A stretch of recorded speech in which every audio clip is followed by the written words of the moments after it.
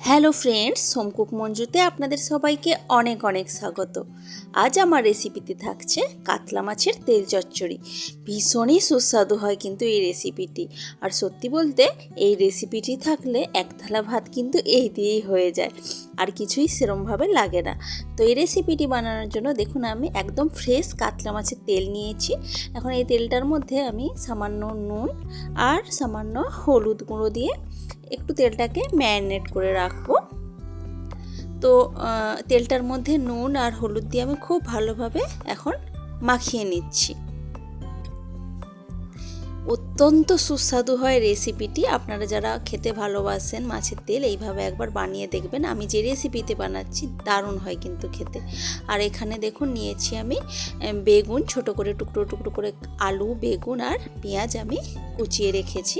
এই দিয়েই করব আজকের মাছের তেলের চচ্চড়িটা। তো এখন আমি কড়াইতে সরষের তেল গরম করতে দিচ্ছি। তেলটা একটু গরম হয়ে যাওয়ার পর আমি এই তেলের মধ্যে দেব একটা শুকনো লঙ্কা।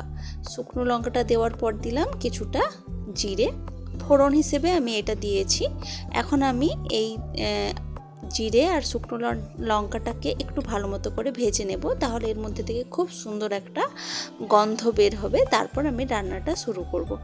তো এখন আমি এই তেলের মধ্যেই দিয়ে দিচ্ছি টুকরো করে কেটে রাখা আলুগুলো। একদম ছোটো ছোটো করে টুকরো করে কেটেছি, এতে করে রান্নাটা তাড়াতাড়ি হয়ে যাবে। একটু বড় করেও কাটা যেত, কিন্তু খুব তাড়াতাড়ি হয়ে যাবে। এইভাবে কেটে রান্নাটা করলে খুব তাড়াতাড়ি আলুগুলো সফট হয়ে যাবে। তো আলুটাকে এইভাবে একটু ভেজে নিলাম। তারপর দিয়ে দিচ্ছি ছোট করে কেটে রাখা বেগুন। বেগুনটাকেও এখন খুব ভালোভাবে এই আলুর সাথেই কিন্তু ভেজে নিচ্ছি। তো আলু আর বেগুনটাকে একটু নেড়েচেড়ে এইভাবে ভেজে নেওয়ার পর এখন দিচ্ছি সামান্য নুন আর দিচ্ছি সামান্য হলুদের গুঁড়ো।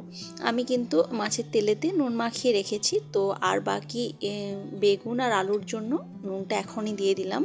আর রান্নাটার মধ্যে আমি কোনো রকম নুন ব্যবহার করব না। তো নুন আর হলুদ দিয়ে একটু ভেজে নেওয়ার পর নুন হলুদ মাখিয়ে রাখা মাছের তেলটা এখন দিয়ে দিলাম। এখন মাছের তেলটাকে দিয়ে একটু ভালোভাবে এইভাবেই কন্টিনিউ নাড়াচাড়া করে নেব। আর যত এইভাবে রান্না আস্তে আস্তে হতে থাকবে, মাছের তেলটা কিন্তু পুরোপুরিভাবে গলে যাবে।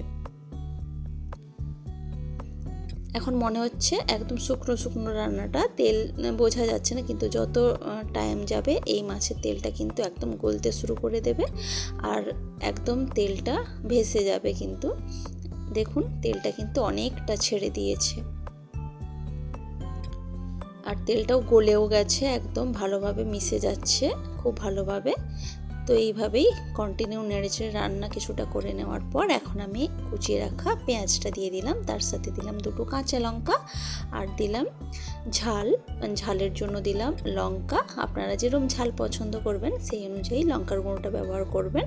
তার সাথে দিলাম কিছুটা জিরের গুঁড়ো। এখন সব কিছু একসাথে খুব ভালো করে এভাবে মিশিয়ে নেব আর কন্টিনিউ এইভাবে নাড়তে নাড়তেই রান্নাটা করে নেব।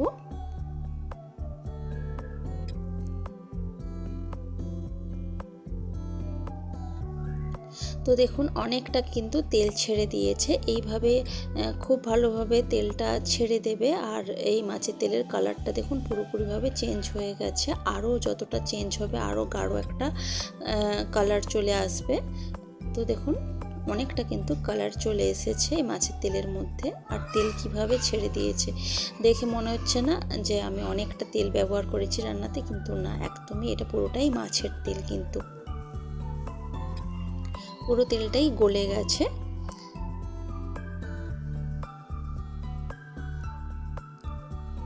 এইভাবেই কন্টিনিউ নাড়াচাড়া করে তেলটা ভেজে নিতে হবে, চচ্চড়িটা বানিয়ে নিতে হবে। বেশিক্ষণ কিন্তু রেখে দেওয়া যাবে না, এতে করে নিচে বসে যেতে পারে। মাঝে মাঝেই কিন্তু এইভাবে নেড়ে চেড়ে দিতে হবে, যাতে করে নিচে কোনোভাবেই বসে না যায়। আর এই রেসিপিটা এতটাই টেস্টি হয় যে খেতে হয়তো অনেকেই ভালোবাসে না, কিন্তু যারা ভালোবাসেন মাছের তেল এই রেসিপিতে একবার বানিয়ে দেখবেন, দারুণ হয় খেতে। তো তেলটা দেখুন পুরোপুরিভাবে ছেড়ে দিয়েছে আর বেশি টাইম নেই কিন্তু রান্নাটা কমপ্লিট করতে। এইভাবে কিছুক্ষণ নাড়াচাড়া করে নেওয়ার পরে কিন্তু রান্নাটা একদম রেডি হয়ে যাবে। আর যেহেতু ছোট ছোট করে আলু বেগুন একদম টুকরো টুকরো করে কেটে রাখা আছে, তো খুব বেশি টাইম লাগবে না আলু বেগুনটা সেদ্ধ হতে, খুব তাড়াতাড়ি কিন্তু হয়ে গেল। দেখুন দেখতে তো ভীষণই সুন্দর হয়েছে, আর কতটা তেল ছেড়েছে। মাছের তেলটা থেকে অনেকটা তেল ছিল, মানে চর্বি ছিল, সেই তেলটাই কিন্তু ছেড়ে দিয়েছে। তো রেসিপিটি আপনাদের কেমন লেগেছে সেটা কিন্তু অবশ্যই আমাকে কমেন্ট করে জানাবেন। ভালো লাগলে লাইক কমেন্ট শেয়ার করবেন এবং প্লিজ আমার চ্যানেলটি সাবস্ক্রাইব করে আমার পাশে থাকবেন। তো আজকের ভিডিওটা এ পর্যন্তই থাক, দেখা হচ্ছে অন্য কোনো দিন অন্য কোনো ভিডিওতে অন্য কোনো রেসিপির সাথে। তো আজকের মতো টাটা বাই বাই।